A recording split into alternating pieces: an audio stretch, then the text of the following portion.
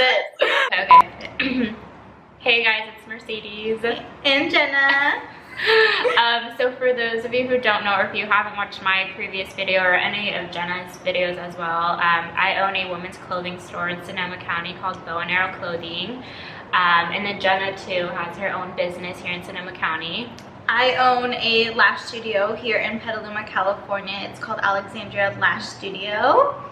And so pretty much today's topic, we just wanted to talk about taking a risk and overcoming fear and what our experiences were like that, how our experiences were with that, being business people, and yeah. And starting our own businesses. Yes, exactly. So I've been in business now, it'll be 3 years in July. How long have you been in business now? It will be, it just was 3 years this January. No, 2 years in January. Yeah, I'm like, yeah. What year are we on? It feels like a long time. Yeah, it goes by so fast. It does. So in how I got here, so a little bit, just quick brief overview again about where I started. So I started online when I was 19, and then at 21 I opened my first brick and mortar.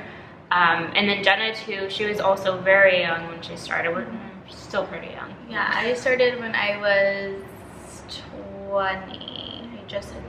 I was gonna almost be 21, so I just was 20. Yeah, you were 20 when you started your lash business. Yeah. And you two started out of your own home as well, right? Yes. Yeah, so your current job that you had was pretty much your money going towards supporting this business that you were starting?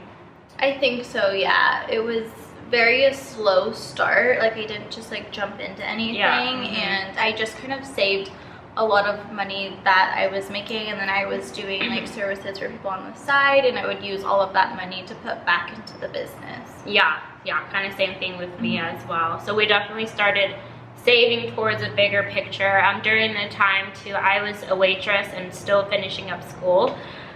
So I had bigger plans. I didn't always know that I wanted to own my own boutique. I always had love for fashion and clothes since I was younger, and then I started online when I was 19 too. But I didn't know that it was something that I could do. You know, I didn't know even what it meant to be an entrepreneur. What made you kickstart? Yeah, to take that take that risk. Yeah. What was the day where you were just like, I'm gonna do that?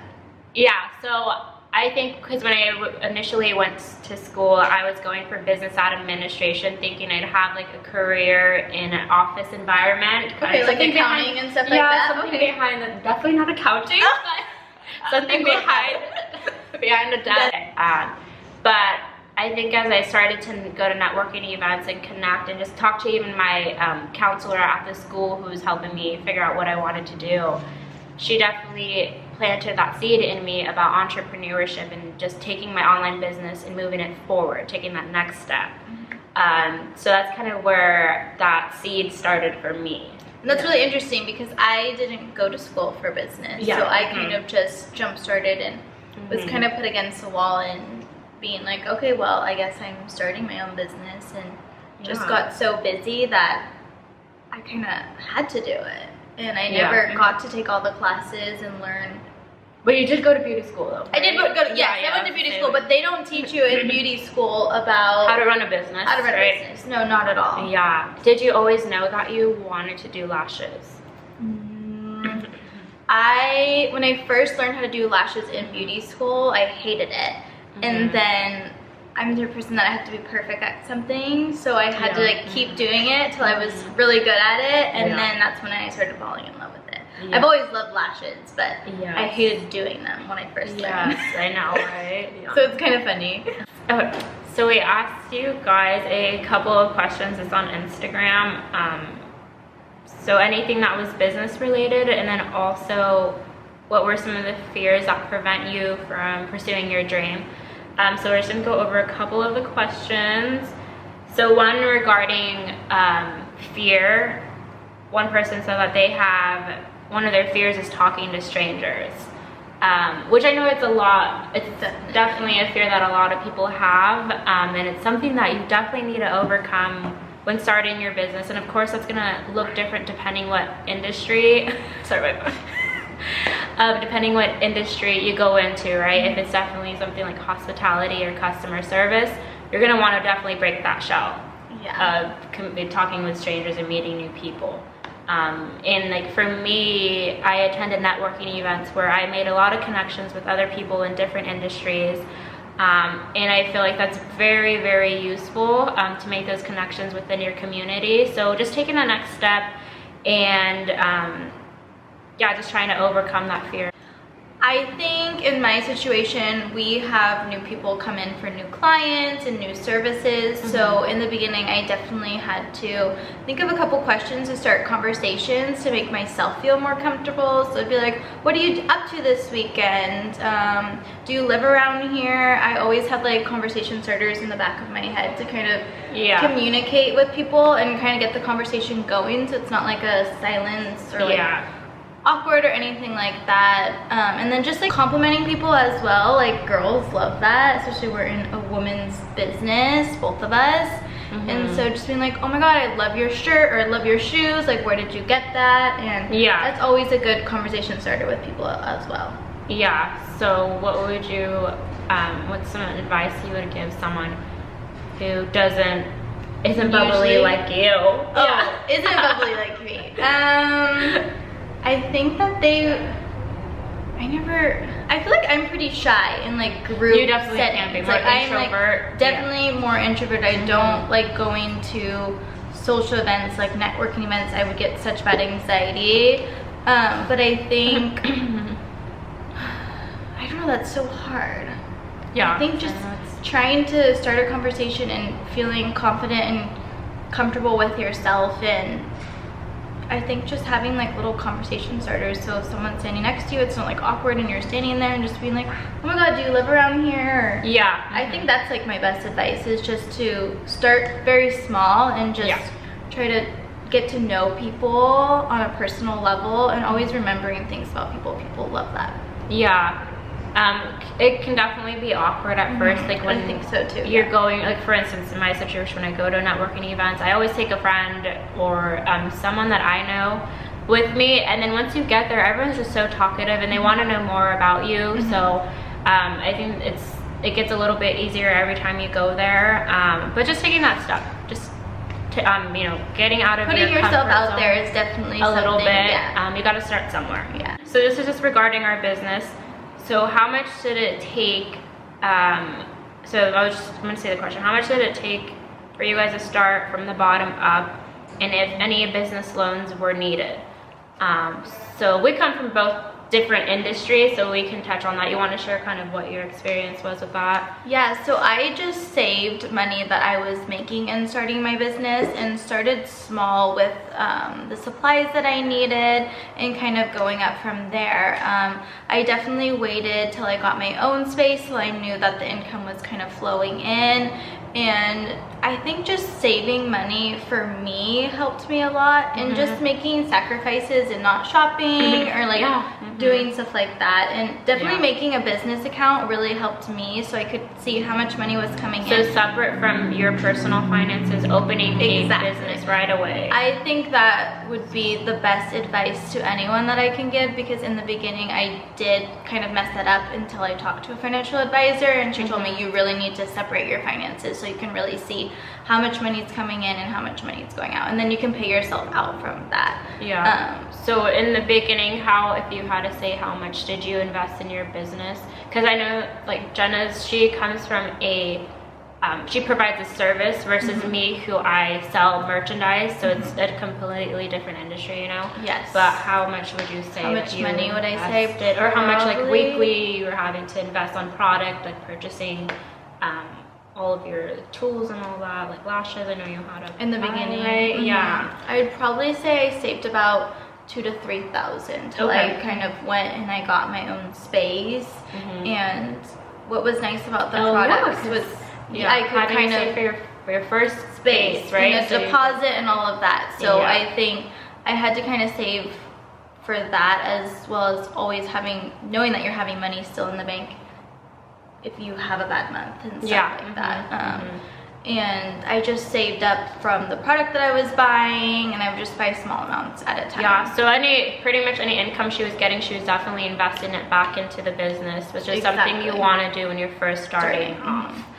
And then for me, so I saved up a little over $6,000, and that was enough to cover overhead for the couple of months, and then I invested in other fixtures and stuff. Was that the online, or was that was the boutique? So this is when I actually opened up my first brick and mortar. So back when I started online, all of my paychecks were going to purchasing inventory for the shop, and anything that I did make from people buying online, I invested it back into the business. So I really had to cut my personal spending like in half, but I was willing to do it because I loved what I did, and I knew what I wanted to do. Yeah, exactly. So making those sacrifices. You did not get a business loan at all for any of the things that you did. No, I didn't get a business loan. So even when Jenna just all going back got her first studio, this is all money she invested, and then she got a larger studio, and she now has a solid team. So her business was definitely profiting, and she was able to take that money and expand it, which is amazing. Yes. Yeah. And then for me, when I opened up my brick and mortar, I did need additional funding for inventory because I had a big shop to fill, and I already ran out of the money I had saved. So I did get a small micro loan from a lending company in San Francisco. I got $15,000. Oh, that's not that bad at all. No, yeah, and it was perfect, and that just covered inventory. That's all I had accounted for that spending. And then for my second location that I opened, my first business was very successful, so all of my profit from that, I actually invested into my second shop. So I was able to support that shop based off of what my business was making. I didn't have to pull a loan for that one at all. So what are some of the, let me see what the question was again. What are some of the fears? So what are some of the fears that prevent you from pursuing your dream? So this person said, not being good enough. Oh my God. Everyone's fear? That's a big one. You want to touch on that one? No, you can touch on that one. Okay. I'll follow along with that one. Okay. I feel like that one's a hard one. So not being good enough is a hard one because you look at your competition around you, and everyone has their own opinion about what you're doing. But I think putting that aside and putting your negative thoughts aside and focusing on what you love and what you want to pursue and focusing just on that, you will overcome that illusion of you not being good enough. And I think a lot of people do struggle with that.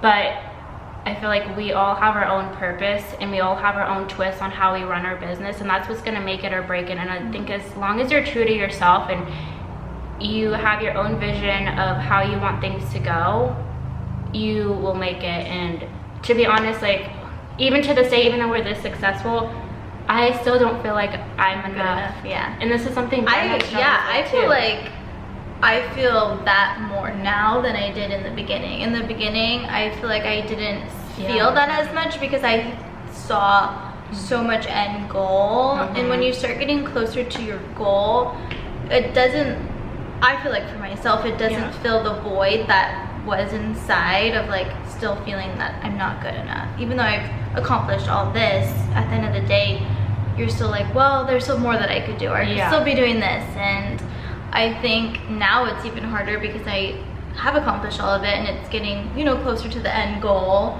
but I feel like I still feel like it's never enough. It's never enough, And I think that is any entrepreneur can feel that inside, is that it's never enough. You're always striving to do more. And that's just the entrepreneur mindset. And I think during those times, it's so important. It's something that I learned to do, and maybe you're still learning as well, is reflecting on how far you've come and everything you've overcome. And just I need to do that more. You survived. See? I don't know. I need to do that more.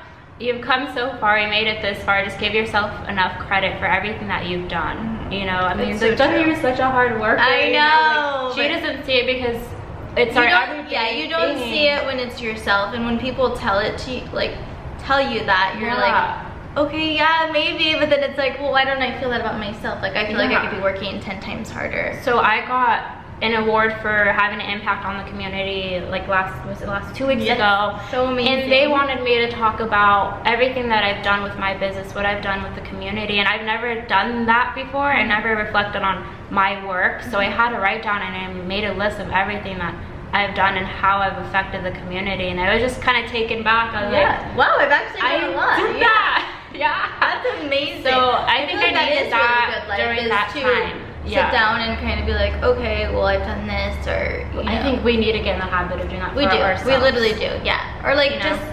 I was even saying, I feel like this was last time too, we talked about is like creating like a mood board of things like we did accomplish and things that you know, we can say like, oh wow, we did that, and that was on our mood board of things to achieve, but now it's on our mood board that we did achieve. And I think that's super important. And what I found now too is like social media can be so hard and feeling like you're not good enough, and I feel like competition is definitely a thing to make you feel like you're not good enough, but really focusing in your lane. And like now I feel like on social media, like I kind of just only follow people that inspire me, lift me up, and stuff like that, and I stay in a lane that is positive and helps me grow. And so I'm not going on social media and feeling crappy or having anxiety, and I think that's a big thing that I had to do to like separate myself with it. So just to wrap up that question, if you're feeling like you're not good enough, you need to stop and look at who you're comparing yourself to. You can't compare yourself to these businesses who are already successful, because your journey is different than theirs. So you just have to remember that, and you got to start somewhere and give yourself credit for the journey that's ahead of you, really. So So for the next question, what if the idea just isn't good in real life and it fails? So the fear of failing. You want me to start? I feel like when I first started, I feel like we all have the fear of failing, and I feel like people around us warn us too, like, oh, well, what if it doesn't work? Like, especially like, I know my parents were like very cautious when I got this large space, that they were like, whoa, what if it doesn't work out?